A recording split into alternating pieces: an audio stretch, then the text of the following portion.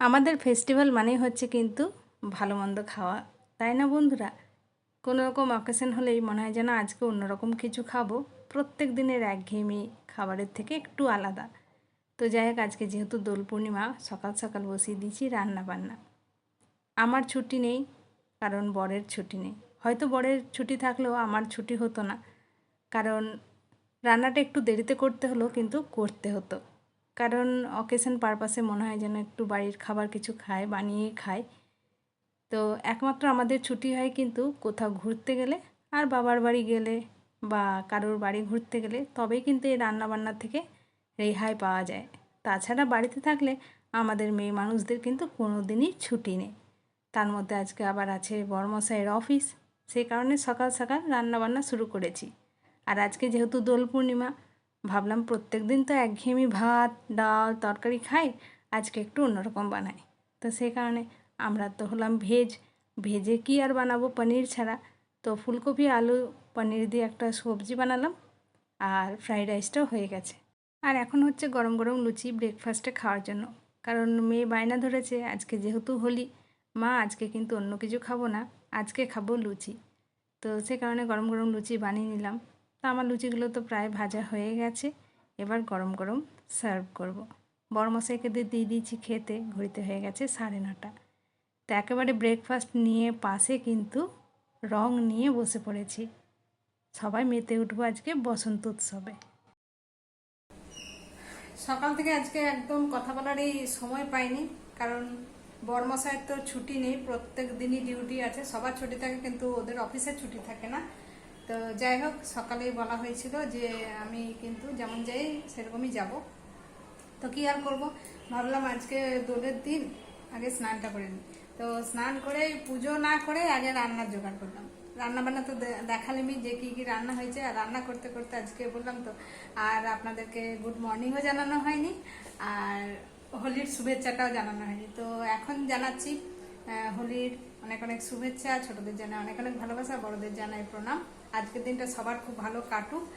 তো যাই হোক, এখন এই যে টিফিন নিয়ে বসে পড়েছি।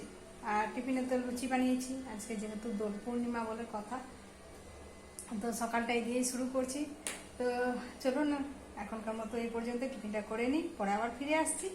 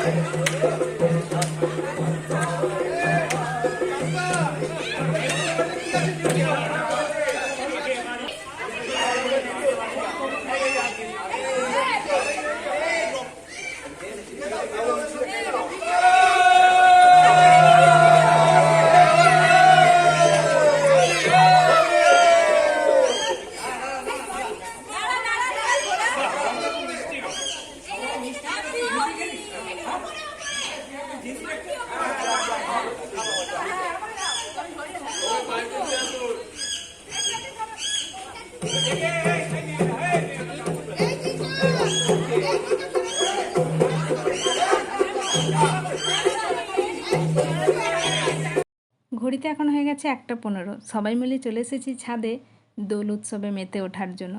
একটু দেরি হয়ে গেল আসতে, কারণ যেহেতু আজকে দোল পূর্ণিমার দিন, সবার বাড়িতে তো রান্নাবান্না কাজ আছে। তো রান্নাবান্না সেরে তারপরেই এসেছি ছাদে। আর গত বছর সেইভাবে দোল খেলা হয়নি, কারণ তখন আমরা সবাই তো নতুন ছিলাম, কেউ কাউকে সেইভাবে চিনতাম না, সে কারণে দোল খেলা হয়নি। আমি আর মেয়ে এসেছিলাম, একটুখানি দোল খেলে ফটো তুলেই নিচে চলে গেছিলাম। আর এবারে তো আগে থেকেই কথা হয়ে গেছিলো যে আমরা সবাই মিলে দোল খেলবো ছাদে, সেই কথা মতোই চলে এসেছি ছাদে।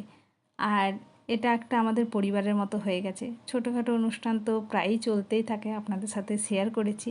আর ক্যামেরাবন্দি করে রাখার কারণ একটাই, এরা হয়তো সবাই থেকে যাবে কিন্তু আমরা তো থাকবো না। যখন থাকবো না, এই ভিডিওগুলোই দেখে মনটা খুশি হবে।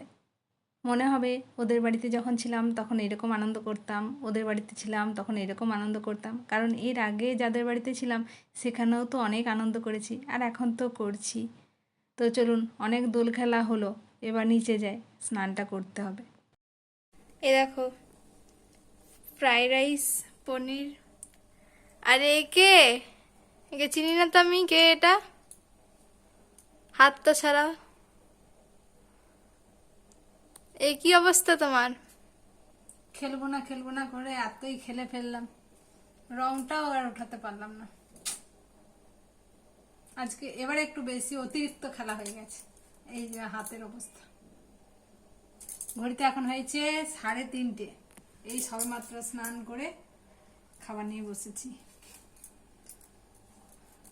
যাই হোক, এই সবেমাত্র একটু বসলাম, কারণ আজকে তো যে ভিডিওটা পোস্ট করার কথা সেই ভিডিওটা পোস্ট করতে ভুলে গেছিলাম। সব কিছু রেডি করা ছিল, আর যে টাইমে আমি পোস্ট করি ঠিক সেই টাইমে চলে গেছি ছাদে। আর ছাদে থেকে আসলাম তখন প্রায় 3:30, এসে স্নান করতে তো অনেকক্ষণ সময় লাগলো। তারপরে খাওয়া দাওয়া সারলাম, খেয়ে তারপরে মনে পড়ছে যে আজকের ভিডিওটা তো পোস্ট করা হয়নি।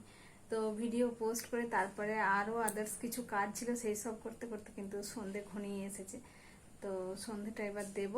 ভাবলাম আজকের মতো ব্লগটা এই পর্যন্তই রাখি, আজকে আর কন্টিনিউ করতে পারবো না, প্রচণ্ড টায়ার্ড হয়ে গেছি। তো চলুন, আজকের মতো ব্লগটা এই পর্যন্তই রাখি। আজকের এই ভিডিওটা আপনাদের কেমন লাগলো কমেন্টে জানাবেন, আর ভালো লেগে থাকলে কিন্তু একটা লাইক করবেন। আর আমার নতুন বন্ধুরা চ্যানেলটাকে সাবস্ক্রাইব করে দিয়ে আমার পাশে থাকবেন। আবারও খুব শীঘ্রই ফিরে আসবো নতুন একটা ব্লগ নিয়ে। আপনারা সবাই সুস্থ থাকুন, ভালো থাকুন, সাবধানে থাকুন। দেখা হবে খুব শীঘ্রই পরের একটা ব্লগে। বাই।